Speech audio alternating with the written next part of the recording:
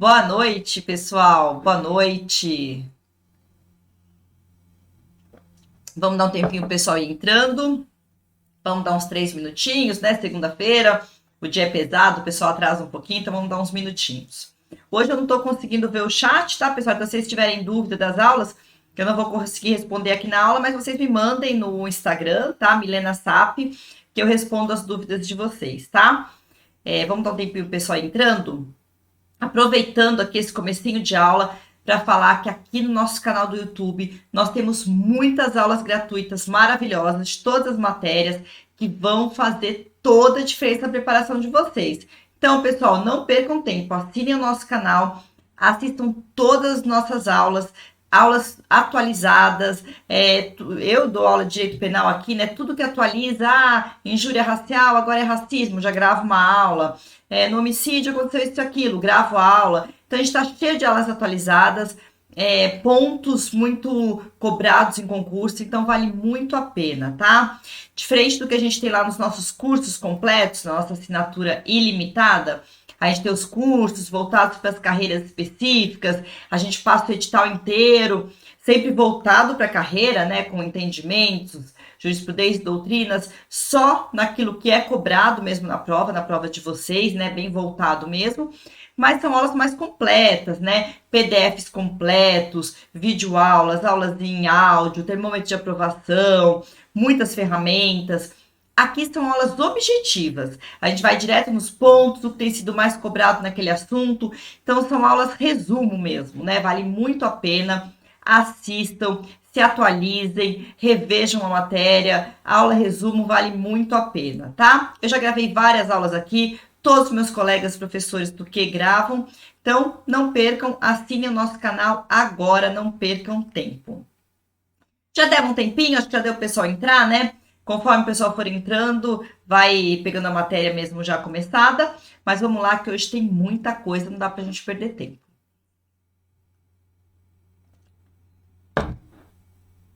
Meu nome é Milena Sapienza, eu sou delegada de polícia no estado de São Paulo e eu ministro aula de direito penal aqui no Que Concursos.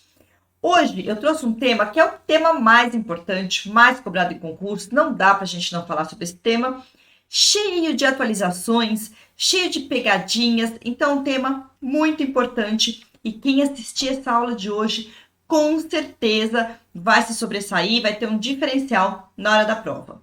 Hoje nós vamos falar sobre os crimes contra a vida, com foco maior no crime de homicídio. O homicídio cai? Não, pessoal, não cai. Despenca, é o que mais cai, é o que mais é cobrado, porque mexe com o nosso maior direito.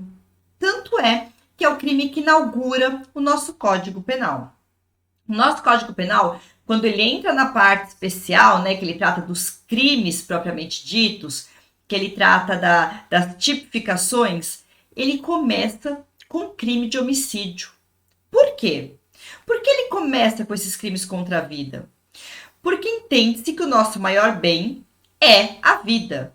Se nós não tivermos a vida, não adianta querer liberdade, não adianta querer integridade física, não adianta querer nada se nós não tivermos a vida, que é o nosso bem mais importante, né? Se nós estivermos vivos, não dá para lutar por bem nenhum. Então, a vida é o nosso bem mais importante, tanto é que inaugura o Código Penal, tem uma pena alta, tem bastante atualizações conforme vai mudando os conceitos da sociedade. Então, a gente hoje vai começar vendo esses crimes contra a vida e vendo principalmente o crime de homicídio. Tá legal, pessoal? Vamos começar então a nossa matéria? Eu trouxe alguns slides, se vocês quiserem copiar alguma coisa, tal, fiquem à vontade. Mas também, se não quiserem, nossos materiais são disponibilizados no canal do Telegram, tá? Então, também não tenho essa preocupação. Vamos dar uma olhadinha no que nós temos para falar sobre os crimes contra a vida. Pessoal, uma pegadinha que a gente teve agora há pouquíssimo tempo numa prova. Realmente muita gente caiu nessa pegadinha, então eu acho importante a gente falar sobre isso. Nós temos 4 crimes contra a vida: homicídio, induzimento e instigação ao auxílio ao suicídio, o infanticídio e o aborto. Nós vamos dar uma pincelada nesses 4 crimes para a gente entender que crimes são esses. Outro dia, o examinador, numa maldade tremenda, acho que ele acordou naquele dia que ele falou: ah, hoje eu quero ver quem tá esperto, né? Hoje essa prova vai ser para isso. O que ele fez? Ele colocou lá: são crimes contra a vida: homicídio, feminicídio, infanticídio e aborto. Uma alternativa tinha essas quatro opções. Mas olha, eu te digo que quase todo mundo marcou essa. Por quê? Se você pensar friamente, são todos crimes contra a vida? São.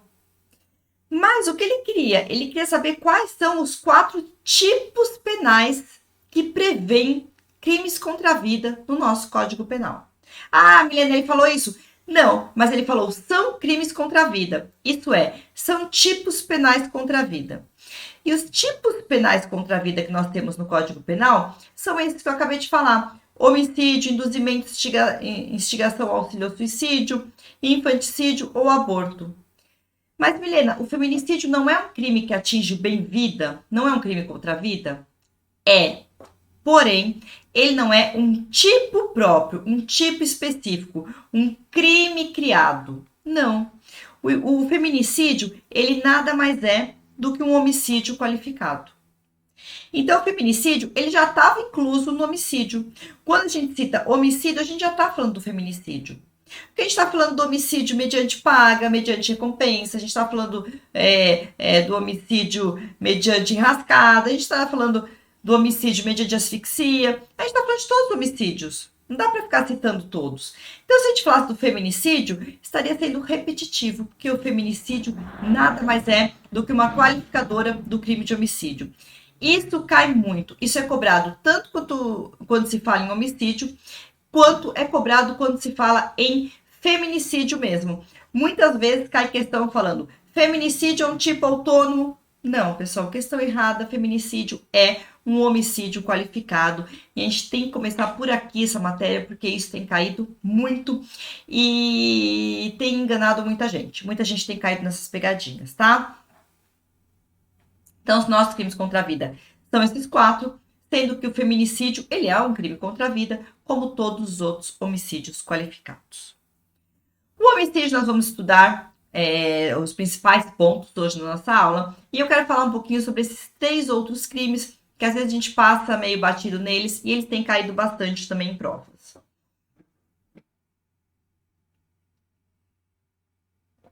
Sobre o induzimento, instigação ou auxílio ao suicídio, eu quero destacar alguns pontos com vocês. Primeiro, pessoal, suicídio não é crime. Ah, mas lógico, né, Milena? Como que a gente vai prender quem se matou? Não, poderia prender porque poderia ter uma tentativa, por exemplo. Então é importante a gente saber que suicídio, o ato de se matar, o ato de tentar se matar, não é crime, cada um sabe o que faz a sua vida, tá? Então, se matar não é crime. O que é crime, então? Crime é você ir lá e ficar já pensou em se matar? Você fazer surgir a ideia de alguém se matar. Você ficar incentivando alguém a se matar. Você ajudar alguém a se matar. Isso é crime do 122, tá? Então, quem se mata não comete crime, mas quem tá lá, o diabinho falando no ouvido, comete sim um crime. Cuidado aqui, pessoal. Antigamente, esse induzimento, instigação, auxílio, suicídio, ele precisava de um resultado próprio para caracterizar o crime. Precisava ter uma lesão grave, precisava ter uma morte. Hoje não. Hoje não é cobrado nenhum resultado. Se eu fiquei lá, se mata, se eu fiquei lá fazendo com que a pessoa pensasse em se matar, ou instigando, ou ajudando ela a se matar, eu respondo por esse crime independente de ter consumado ou não, independente dela estar ferida ou não, tá? Se eu induzi, instiguei ou auxiliei ao suicídio, eu respondo por esse crime. Segundo cuidado que eu quero que vocês tenham com esse crime. Pessoal, auxílio ao suicídio. O que é ajudar alguém a se matar? Eu chego lá pra amiga minha e falo, puxa, Maria, eu tô querendo me matar. E ela fala, é uma boa, se mata mesmo, tal. Nisso ela já tá meio que instigando, né? Aí eu pego e falo, então, mas sabe qual é o problema? Eu não tenho uma arma. Ou eu não tenho veneno de rato, eu preciso de veneno de rato. Até ela tá só pipipi, né? Só diabinho. Aí ela pega e fala, te ajudo. Eu compro a arma, eu compro veneno de rato, eu te dou. ela auxiliou, ela trouxe a arma, ela trouxe o veneno de rato, ela auxiliou a minha execução. Cuidado, isso é muito diferente da pessoa realizar os atos executórios. Se eu chegar para essa mesma Maria e falar assim, mas Maria, eu não tenho coragem de me dar o tiro. Ah, Milena, quer que eu te ajude? Eu quero. Eu não tenho coragem de atirar na minha cabeça, eu quero me matar. Ela fala, então daqui que eu ajudo e atiro para você. Parece que ela está me auxiliando, mas na verdade ela está cometendo os atos executórios, ela está me matando, ela responde pelo homicídio. Então, cuidado, o auxílio ao suicídio é auxiliar esses atos executórios, mas não praticar o próprio ato, tá? Vamos tomar cuidado aqui. Um último cuidado que eu quero que vocês tomem com esse crime é que hoje esse crime prevê também esse induzimento, instigação, auxílio à automutilação. E por que foi criado esse crime?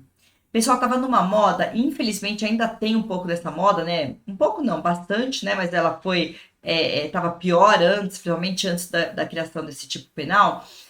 Esses jogos virtuais, onde fica uma pessoa do lado de lá instigando jogos que levam, principalmente adolescentes, né? A se automutilar, muitas vezes até o final, né, o desafio final desse jogo, muitas vezes é até a morte, até um suicídio. Então, são jogos que fazem com que adolescentes fiquem se automutilando. Nessa época, quando começaram esses jogos, aparecia na delegacia adolescentes com braço marcado, com corpo marcado, com ferimentos, porque o desafio fica. Agora você pega, sei lá, o que quente, escreve o nome de não sei quem. Agora quem conseguir fazer não sei o quê, ele fica desafiando. O adolescente, que é mais, né? Normalmente adolescente, lógico, um adulto também pode cair, mas o adolescente ele é mais suscetível, né, a cair nesse tipo de desafio. Fica lá se machucando, se automutilando e muitas vezes a mando dessas pessoas online, um grupo, uma pessoa que lidera e fica incentivando. E muitas vezes o desafio final é um desafio suicida. Tampa a respiração, que aguentar mais tempo ganha. E aí adolescentes se matam com isso, se afogam. Tinha um do spray também. Então, são jogos horrorosos, né?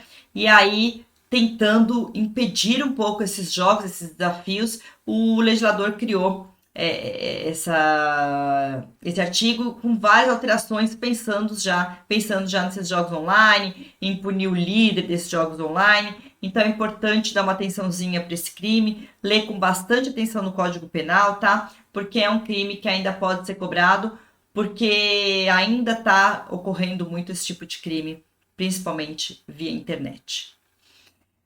O 123, ele traz pra gente o crime de infanticídio.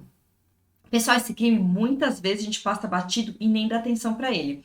Mas eu acho ele um crime importante. Eu acho que qualquer examinador pode, na hora que está bolando lá as questões, falar: opa, o infanticídio vai bem. E dá para cobrar coisas legais sobre o infanticídio, principalmente nessa área policial. Então, eu acho que a gente tem que dar uma atençãozinha.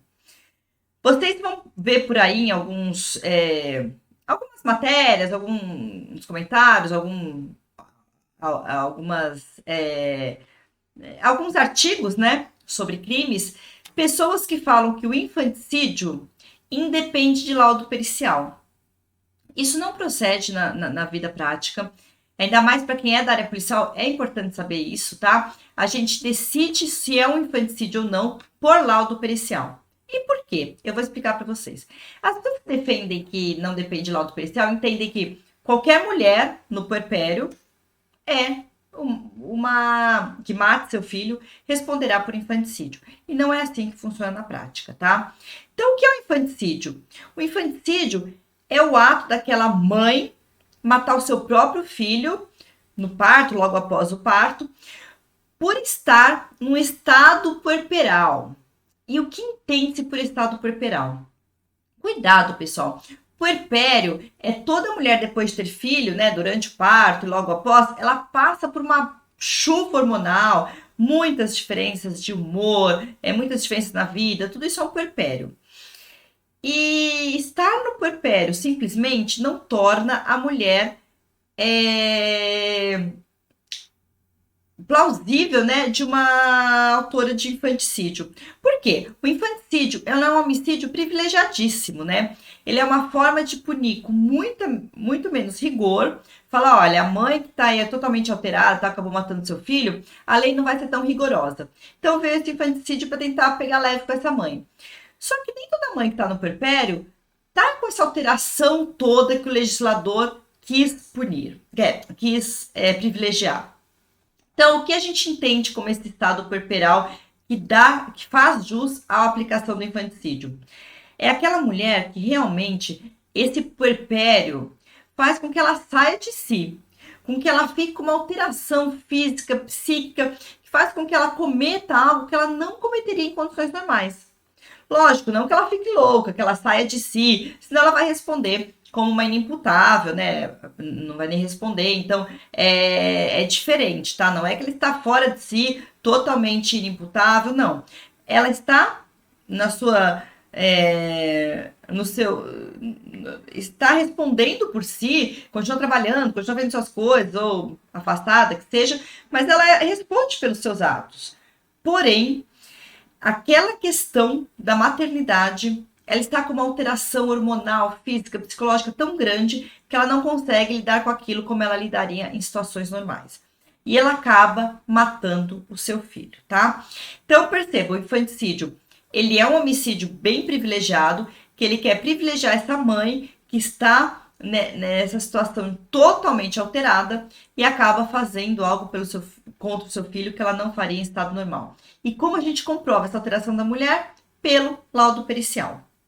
Então, eu acabei de ter filho, eu tô com um bebezinho em casa, e eu tenho, lógico que tive meu puerpério, alterações hormonais, físicas, psíquicas, mas eu não tive nenhuma grande alteração que me tirasse do eixo e fizesse fazer algo para o meu filho que eu não faria em condições normais, tá? Então não dá para falar que toda mulher depois que tem filho seria plausível de se encaixar no infanticídio, porque não, é necessário realmente um laudo pericial. Lembrando que a gente tem que levar em conta se está com uma depressão pós-parto, se não está, se de repente saiu de si mesmo, vai ter que ter um tratamento, vai ter que ser internada. Então, tem que ver os graus e tudo isso, pessoal, só mesmo por laudo pericial. E eu vou citar um exemplo aqui, não vou me estender muito, senão a gente não sai do infanticídio, né? Mas só para vocês entenderem como na prática tem que ter mesmo esse laudo.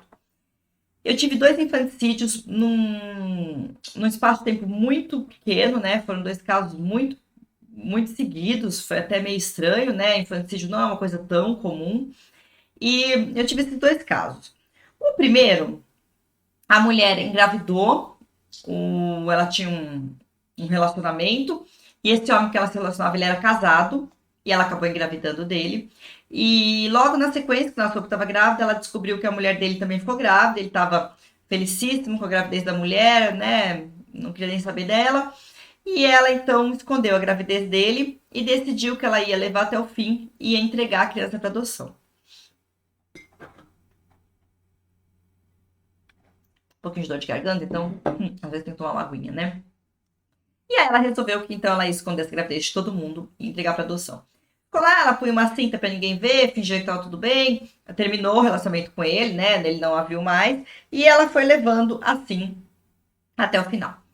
Quando chegou a hora dela ter o filho, o que ela fez? Ela chamou um carro de aplicativo e pediu para ele levar ela até o hospital, onde ela teria o filho, né? Um posto de saúde.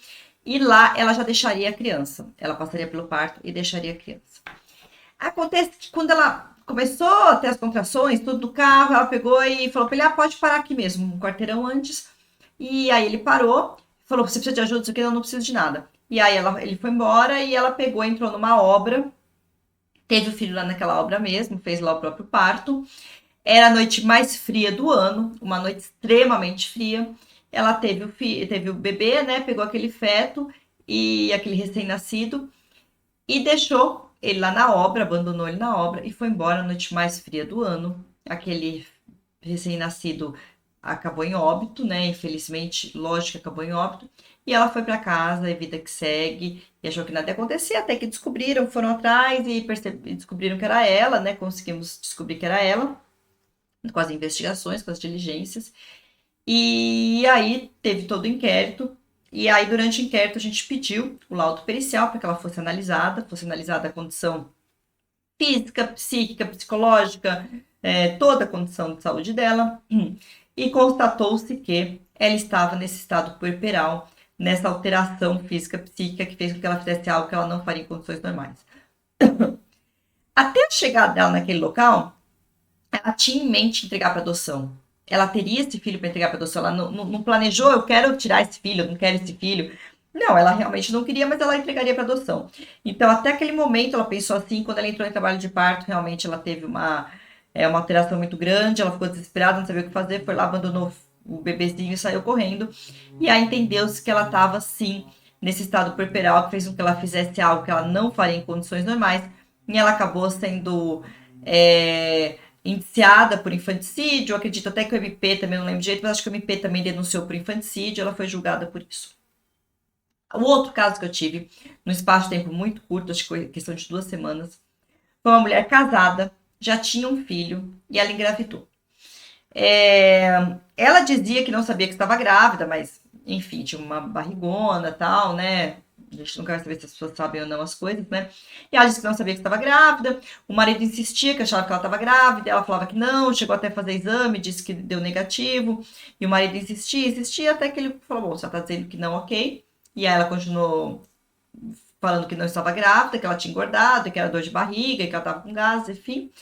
E aí no dia, uma noite, o marido estava em casa, uma noite ela foi no banheiro, acabou fazendo o próprio parto, né? Ela teve filho no banheiro, tinha uma tesoura no banheiro, ela cortou o cordão, pegou um saco de lixo, colocou essa criança no saco de lixo, esse recém-nascido, fechou aquele saco de lixo, saiu do banheiro com aquele saco de lixo, ela atravessou a rua, chegou num bueiro, abriu o bueiro e jogou a criança no bueiro.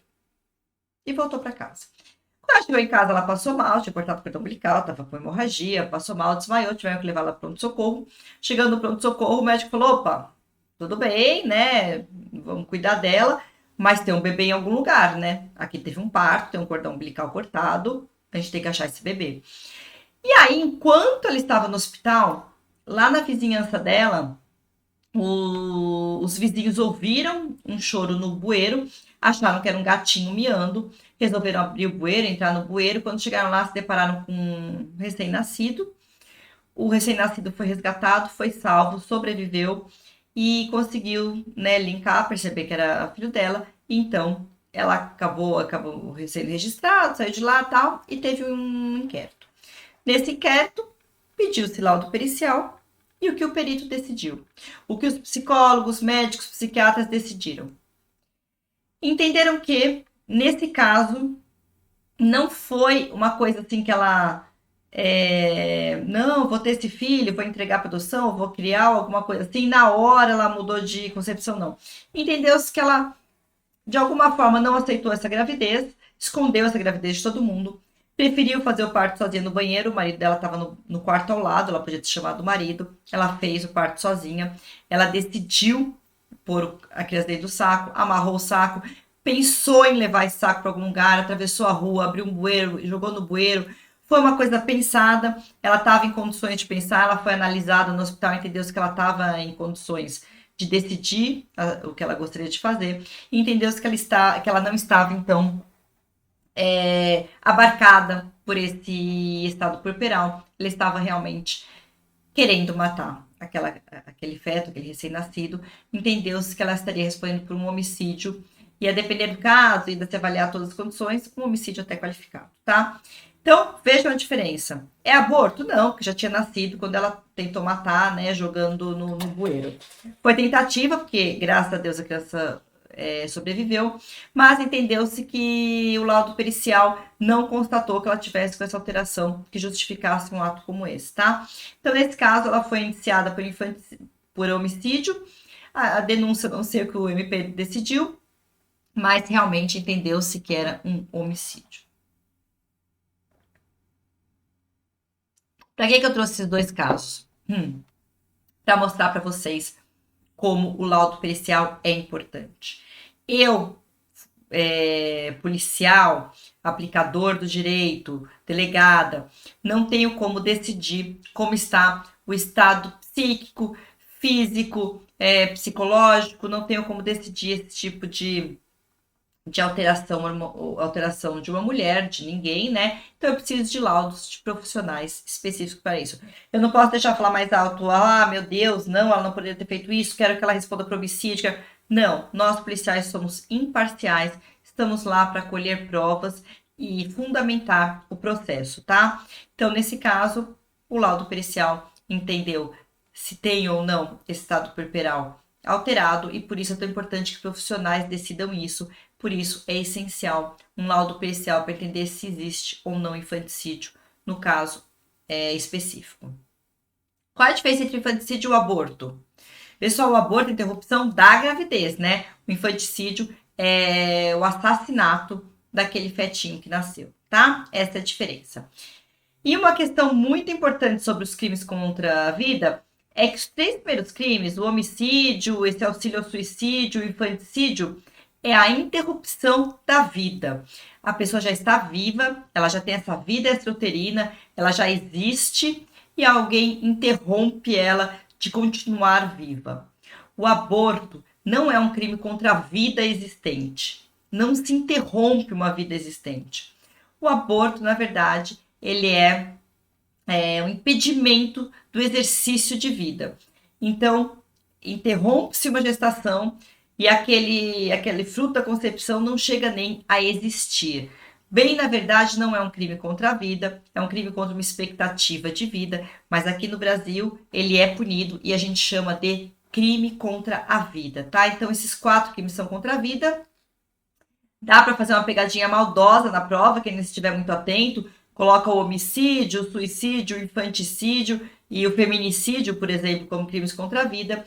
E o aborto tira, porque a pessoa vai falar, ah, mas o aborto não é contra a vida. O aborto interrompe uma gestação, ainda não tem vida. Então dá para confundir o candidato, tá? No Brasil, o aborto não é permitido, ele é criminalizado. E acaba sendo essa interrupção do direito de existir. Lembrando que o aborto não é permitido nunca no Brasil. Se tiver uma questão assim, aborto é proibido no Brasil, ponto. Em regra é proibido, mas existem exceções. E quando é permitido o aborto? Pessoal, o aborto é permitido para salvar a vida da gestante. Aqui no Brasil é importante a gente lembrar que às vezes tem filme que o médico chega para a família e fala: vocês querem salvar a gestante ou o feto?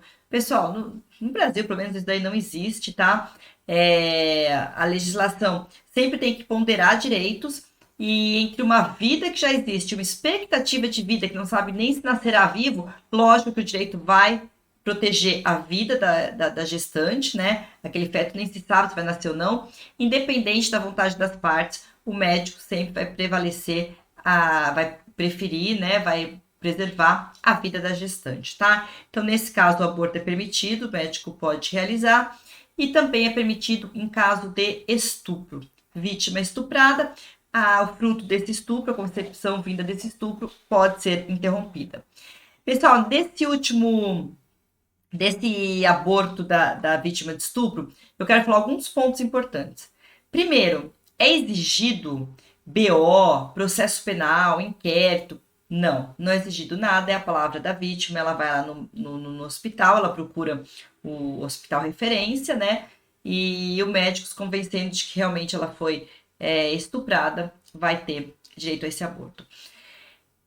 Se a menina que está grávida, a gestante, for menor de 14 anos, ela tem direito ao aborto?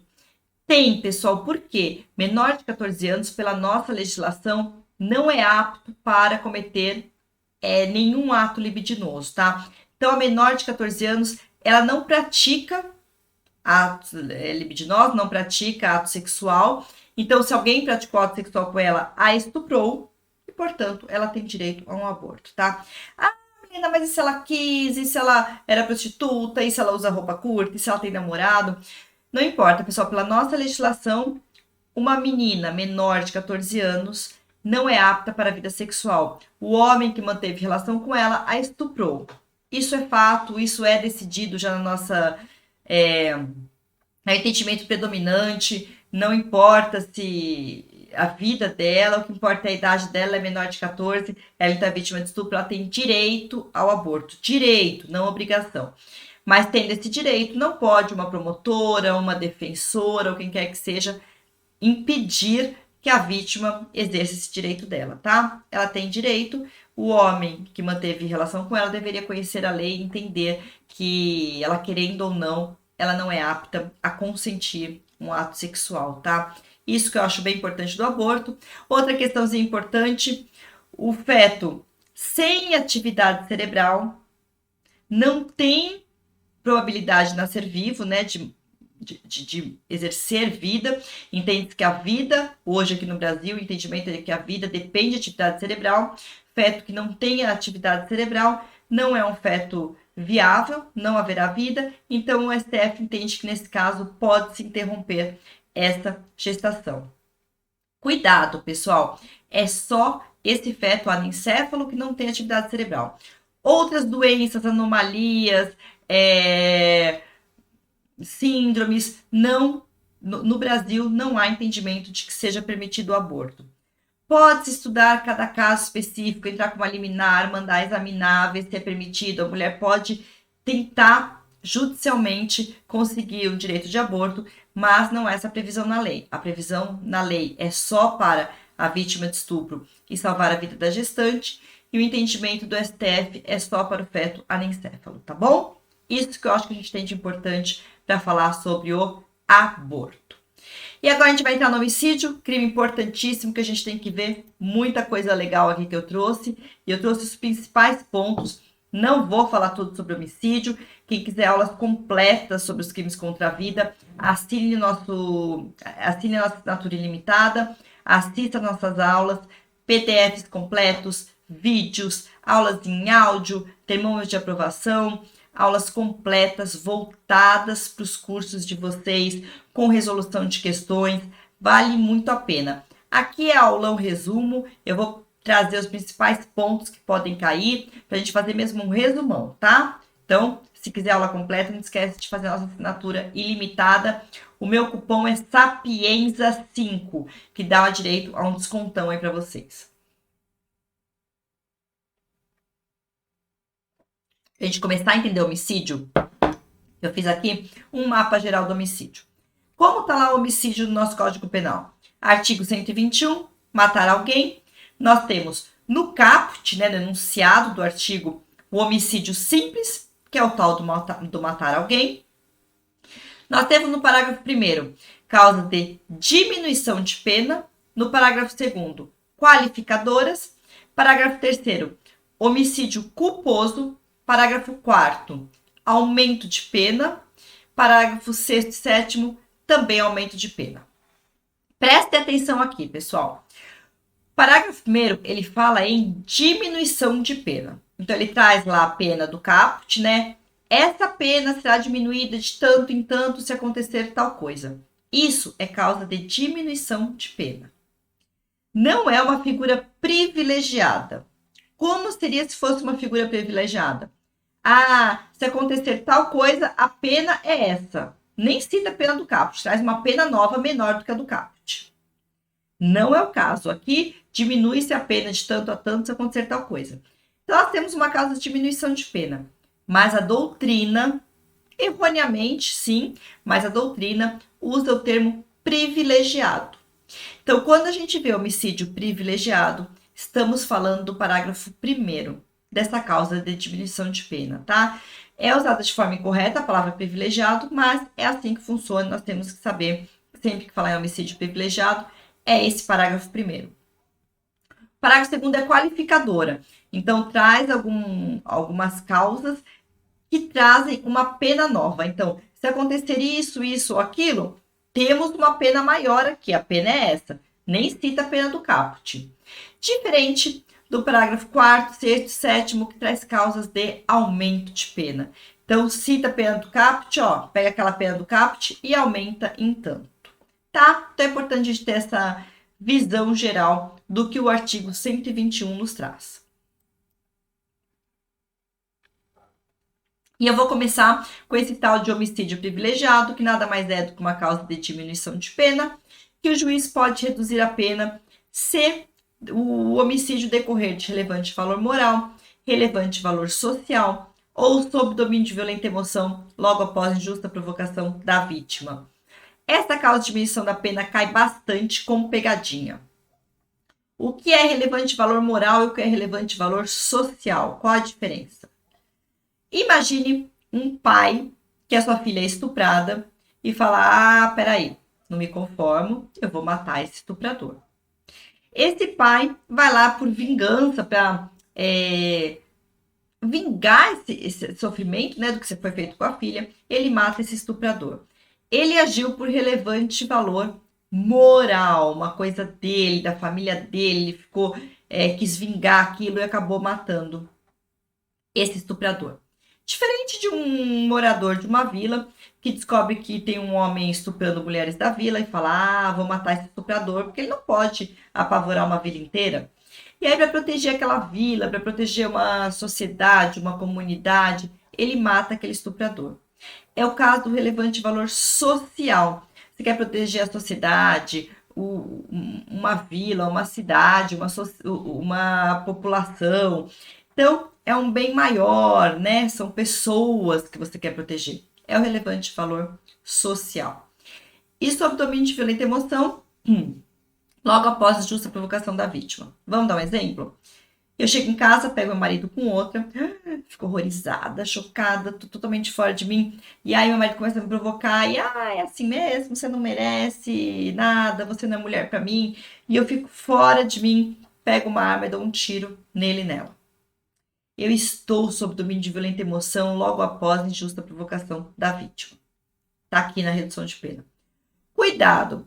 Nessa mesma situação, eu vejo aquilo e falo, meu Deus, eu vou embora daqui, saio de lá, vou para um bar, tomo alguma coisa, fico pensando, remoendo e falar, quer saber? Vou matar aquele desgraçado. Pego uma arma, volto lá e mato ele e a mulher. Nesse caso, eu não estava mais sob violenta emoção, eu saí do local, eu pensei, eu tomei um negocinho, eu fiquei com raiva, eu resolvi me vingar. Então, eu não agi sob violenta emoção logo após justa provocação da vítima. Eu agi depois de pensar, depois de planejar, eu agi por vingança, não estou nessa causa de redução de pena, tá? Se bobear, posso até responder por alguma qualificadora. Aqui eu trouxe alguns homicídios qualificados previstos no parágrafo 2º.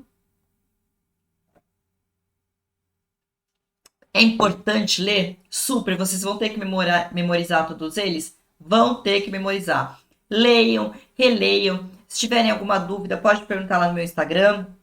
Na minha aula lá da nossa Natura Ilimitada, minha aula de homicídio, eu falo sobre cada um, eu cito exemplos, eu mostro quando é, quando não é. Mas aqui esse não é o objetivo. Vou só pincelar, porque eu vou entrar nas qualificadoras que eu acho que vão cair nas próximas provas. Aqui, pessoas, quero falar uma coisa. Quando a gente fala em asfixia, tortura, principalmente no meio insidioso, tudo isso depende de perícia, tá? Então, cuidado aqui, a gente depende de perícia. Quem tá em atividade policial tem que saber disso. Olha, não se esqueçam do emprego de arma de fogo de uso restrito ou proibido, tá? Inovações legislativas sempre devem ser motivo de muita atenção. E eu vou trazer para a gente discutir o feminicídio, que é importantíssimo, que é onde eu acho que o examinador está pegando mais pesado agora. O que a gente tem que saber no feminicídio? A gente tem que saber que feminicídio não é qualquer homicídio contra a mulher. Muita gente está confundindo aqui, pessoal. Se eu, mulher, Milena, vou num bar assistir um jogo, e aí começa uma discussão lá, eu entro em discussão, brigo com um cara da outra torcida, a gente entra em luta corporal e ele acaba me matando. Ele não responde por feminicídio, tá? Ele me matou por questões aleatórias, por divergências, por briga, essa besteirada toda, não por questões de gênero. O feminicídio é o homicídio de uma mulher por questões de gênero. E o que é essa tal questão de gênero? A mulher morre por ela ser mulher. Por nós sermos mulheres, nós temos uma vulnerabilidade, nós nos tornamos mais frágeis, mais vulneráveis e a gente acaba morrendo por isso. E o que são essas causas que tornam a mulher mais vulnerável? A relação doméstica e familiar, prevista na Lei Maria da Penha, ou o menosprezo ou discriminação pela minha condição de mulher. Então vamos dar algum exemplo? Lá na Lei Maria da Penha, entende-se que é violência doméstica ou familiar qualquer violência que ocorra na relação entre familiares, entre pessoas que tenham relação íntima de afeto, com ou sem convivência, com ou sem o morar junto, né?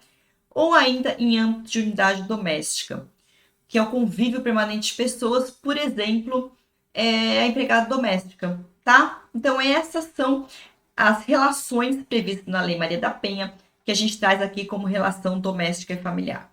Então, aquele homicídio que acontece com uma vítima mulher na unidade doméstica, relação familiar ou em relação íntima de afeto, é um feminicídio, tá? Se essa relação foi a causa daquele crime, essa vulnerabilidade da mulher a torna vítima de feminicídio.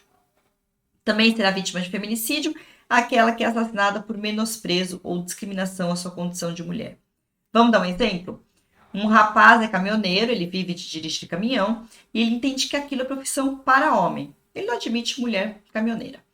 E aí ele tá lá com seus colegas, papapá, e aí entra uma mulher e ela vira uma colega de trabalho deles e ela tá dirigindo o caminhão. Ele, inconformado com aquilo, um dia fala, não, mulher não vai dirigir caminhão na minha empresa aqui não. E aí ele vai lá e mata essa mulher. Ele matou por uma discriminação, né? Por uma raiva, que mulher não pode fazer isso, por um menosprezo. Se uma pessoa, por exemplo, fala, mulher não tem que existir, vai lá e mata, menosprezo a condição de mulher. Então, responde-se por feminicídio aquela pessoa que assassina uma mulher ou se aproveitando dessa vulnerabilidade que a mulher tem ou por raiva dela ser mulher, por menosprezo ou discriminação. Cuidado, pessoal, não erre em questão de feminicídio, não caiam em pegadinha. Nem toda mulher assassinada é vítima de feminicídio, tá? Então, o que é feminicídio? É esse homicídio por questão de gênero, seja relação doméstica familiar prevista lá na Maria da Penha, ou seja, um menosprezo ou discriminação à mulher. Lembrando que essas mulheres, se essa vítima tiver gestante ou até 3 meses depois do parto, ou for menor de 14, maior de 60, deficiente, portadora de doenças degenerativas, nesse caso ela é mais vulnerável ainda, dá ensejo a esse aumento, também terá esse aumento se esse homicídio se der na presença dos filhos, na presença dos pais, ainda que seja virtual essa presença, tá? Seja assistindo pessoalmente ou virtualmente, teremos esse aumento de pena também, que é um trauma terrível para quem fica, né? Ou ainda se esse feminicídio se der em descumprimento de medidas protetivas de urgência, aquele agressor estava proibido de chegar perto da vítima, ele chegou perto, descumpriu a protetiva e assassinou aquela mulher, responde por esse aumento de pena. Aqui a gente tem o homicídio culposo, o homicídio majorado, mais aumento de pena. Eu quero que vocês leiam com bastante atenção no Código Penal de vocês. Aproveitem também o nosso material que estará no canal do Telegram. Entra lá, pega o material e estuda com bastante atenção.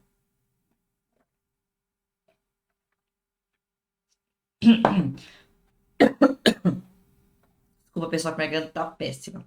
Aqui eu vou focar mesmo no que mais cai nas provas de vocês.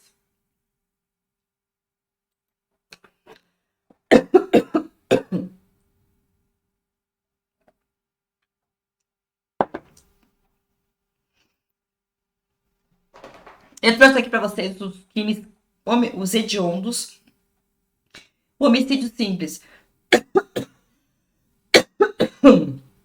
Ai, desculpa, pessoal, essa tosse é terrível.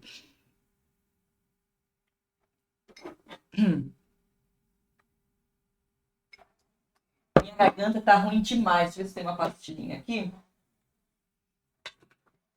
Não tem, mas eu tô com a garganta muito ruim. Uma balinha para ver se melhora.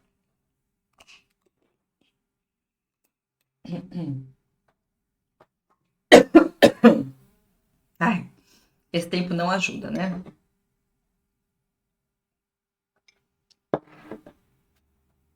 São hediondos: homicídio qualificado e homicídio simples cometido em atividade típica de grupo de extermínio, ainda que por um só agente. Não se esqueçam dos crimes hediondos, tá? Cai bastante também quais homicídios são hediondos. Pessoal, eu trouxe algumas questõezinhas pra gente resolver juntos Vamos dar uma olhadinha nelas?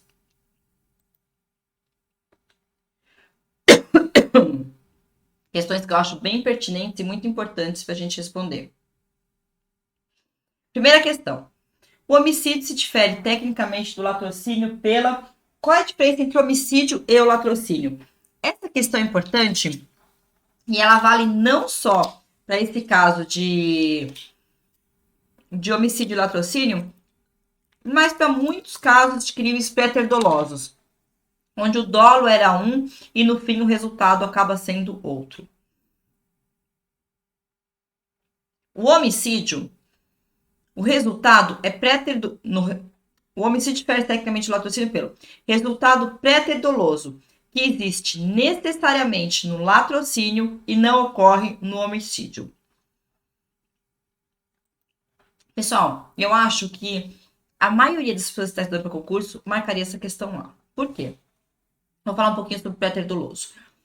No crime preterdoloso, o agente ele tem uma intenção, ele quer cometer um crime X e por uma falta de dever de cuidado ele comete outro. Então, por exemplo, eu quero lesionar meu amigo. Ah, meu desafeto, não gosto mais dele, eu quero lesionar.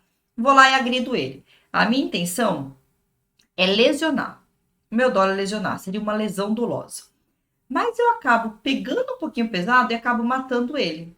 Então, eu queria lesionar, mas causei um crime mais grave. Então, causei uma lesão seguida de morte, que é um crime preterdoloso. Eu queria causar um aborto naquela mulher e acabei matando aquela mulher na hora do aborto. Então, minha intenção era o aborto, acabei matando ela, então aborto seguido de morte, a gente tem um preterdoloso. Então, normalmente, esses crimes que têm um resultado mais gravoso do que o pretendido são esses crimes preterdolosos, né? Quando a gente fala em latrocínio, qual é a intenção do agente? A princípio, roubar. E acaba matando. Na nossa cabeça, quando a gente vê o crime de latrocínio, a gente já deduz que, bom, o agente queria roubar e acabou matando. Então, entende que é um crime preterdoloso e o latrocínio vai ser sempre preterdoloso. Mas algumas vezes, o agente vai lá para roubar e resolve matar com dolo. Ele tá lá roubando, conseguiu ou não roubar e falar, quer saber? Esse coxinha não vai ficar vivo não. E pau, dá um tiro. Ele resolveu matar. E nesse caso, o entendimento prevalece, o que é aplicado aqui no Brasil, é que ainda assim é um latrocínio, é um roubo seguido de morte. Ele não responde pelo roubo e um homicídio doloso. Ele responde por roubo seguido de morte. Então, o latrocínio pode ser preterdoloso, ele podia querer só roubar e acabou matando sem a intenção, né, sem esse objetivo, mas também pode ser intencional a morte. Isso prevalece hoje o entendimento. Então, o latrocínio ele pode ser preterdoloso ou não. Ele pode ser realmente um roubo desejado e uma morte desejada. Então, o homicídio difere-se tecnicamente do latrocínio pelo resultado preterdoloso, que necessariamente o latrocínio não ocorre. Tá errado, né, pessoal? O latrocínio pode ter o interesse ou não, pode ter a intenção ou não de matar. Existência de qualificadoras só no primeiro, no homicídio? Errado também. Diversidade de bens jurídicos tutelados? Letra D. Impossibilidade de tentativa abandonada no segundo? Errado. Letra E. Impossibilidade de erro de tipo acidental no latrocínio? Errado. Qual é o certo? Letra C. Diversidade de bens jurídicos tutelados. Por quê? Ah, Milena, mas não tá tirando a vida também? Veja bem, pessoal. O homicídio tá lá no crimes contra a vida que nós acabamos de ver. Quais são os crimes contra a vida? Aqueles 4. Latrocínio tá nesse rol que a gente viu? Não. Latrocínio é crime contra a vida? Não. Latrocínio é crime contra o patrimônio. Acaba atingindo a vida? Sim. Pode ser com intenção ou não? Sim. Mas o bem jurídico é diferente. Eles estão em locais diferentes no Código Penal. Então, o homicídio é um crime contra a vida. O latrocínio é um crime contra o patrimônio, ainda que tire a vida daquele agente, tá? Então, cuidado, pessoal. Essa questãozinha aqui foi maldosa. Eu acho que a maioria do pessoal ia acabar assinalando a letra A, mas a alternativa correta é a letra C. diversidade de bens jurídicos tutelados. Cuidado, tá? Não caia numa pegadinha como essa. E para não cair, basta lembrar que a gente já viu quais são os crimes contra a vida e o latrocínio não estava lá, né? Então, nisso a gente já mataria a questão. Pedro, esposo ciumento, ao chegar em casa, surpreendeu sua esposa Maria na cama com outro homem. Olha aí o exemplo que a gente deu, né? Maria, ao ser apanhada em flagrante, ofendeu verbalmente Pedro, com palavras de baixo calão. Em choque, marido traído, completamente enraivecido, sob domínio de violenta emoção, desferiu 2 tiros de revólver, matando Maria e ferindo seu amante. Foi exatamente o que nós vimos, né? Ele tá sob violenta emoção, ele tá logo após injusta provocação, tudo certinho até aqui, né? Mas olha a pegadinha. O laudo do exame cadavérico atestou não só o óbito da Maria, mas também que ela estava grávida, circunstância desconhecida por Pedro, que não vai ter diferença nenhuma na nossa questão aqui, né? Por ter cometido homicídio, logo após a justa provocação da vítima, e aí tá certo, né? Tendo agido sob domínio de violenta emoção, Pedro estará isento de pena. Pessoal, se vocês não estiverem atentos, vocês vão ver que tá tudo certo. Vão seco para marcar, vão falar certo e está errado. Ele não está isento de pena. Ele tem apenas uma redução de pena. Cuidado aqui, tá, pessoal? Também foi para pegar quem está desatento. Última questãozinha. Tício, durante uma discussão com Mévia, sua esposa, lhe desfere um disparo de arma de fogo que atinge no pescoço. Mévia, apesar de ferida, permanece com vida. No momento em que havia ensanguentado, Tício, arrependido de haver efetuado o disparo, deixa de continuar a execução do crime e leva a esposa ao hospital. O ferimento não afeta nenhum órgão, sentido ou função de Mévia, causando-lhe apenas ferimentos de natureza leve. Considerando o caso descrito, é correto afirmar, cuidado se é correto ou errado, né? Afirmar que a conduta de Tício deve ser tipificada como... Veja bem, pessoal, homicídio simples na modalidade tentada. Ele desistiu porque chegou a polícia, chegou alguém que impediu? Não, né, pessoal? Ele estava lá arrependido, ele se arrependeu de efetuar o disparo, ele deixa de prosseguir, ele não continua executando, ele não continua tentando matá-la, e não foi nada fora da vontade dele que fez com que ele desistisse. Não foi a chegada da polícia, não foi a chegada de terceiro, ele realmente desistiu de prosseguir na execução e falou, não vou matar, tô doido. Então, não é homicídio simples na modalidade tentada. Seria se ele falasse, vou matar sim, na hora que ele fosse dar outro tiro, chegasse a polícia e impedisse, ele não conseguisse. Lesões corporais graves? Não, porque não teve lesão grave, né?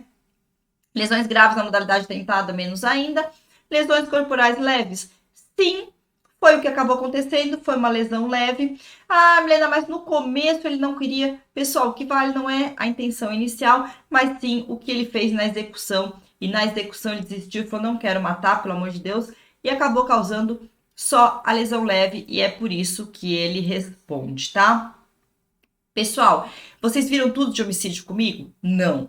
Vimos pontos básicos que eu acho importantíssimos para a prova de vocês. Eu trouxe algumas matérias pontuais para a gente ver sobre os crimes contra a vida, mas tem que ler bastante a matéria com atenção, resolver o máximo de questões possíveis, assista às nossas aulas na nossa assinatura ilimitada, que lá as aulas são completas, todo o material, PDF, áudio, vídeo, para vocês terem uma preparação completa, né, substancial. Aqui são pontos que eu trouxe, que eu acho importantes, que a gente tinha que debater e que eu acho que vale a pena a gente conversar um pouquinho, para vocês não errarem nas provas. Um último ponto que não está nos slides, mas eu queria falar, que eu acho importante para nossa área policial, né, é sobre homicídio funcional.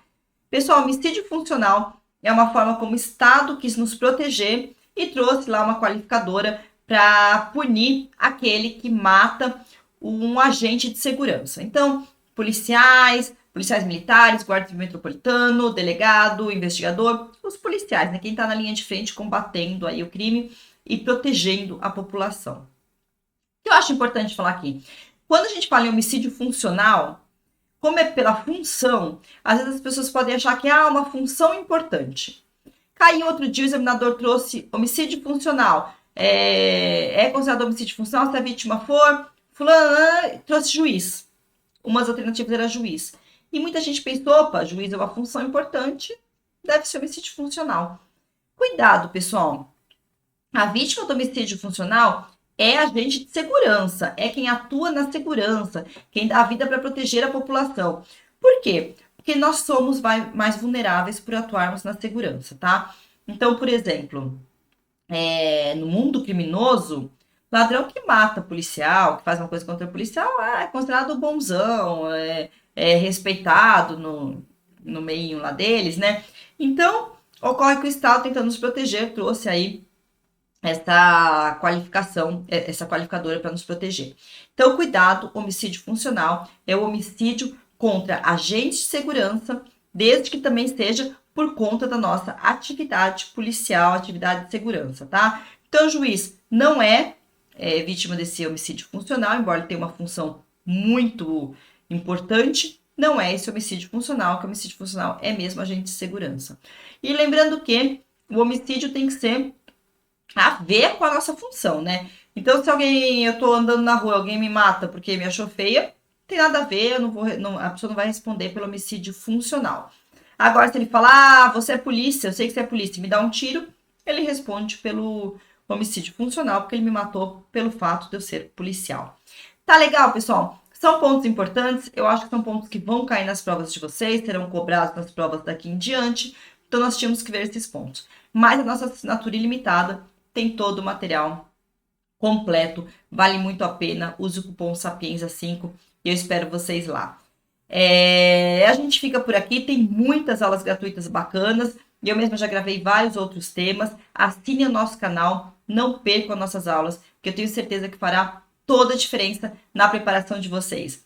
Obrigada pela companhia, pessoal, nessa segunda-feira. Eu fico por aqui e a gente se encontra nas nossas próximas aulas. Até lá!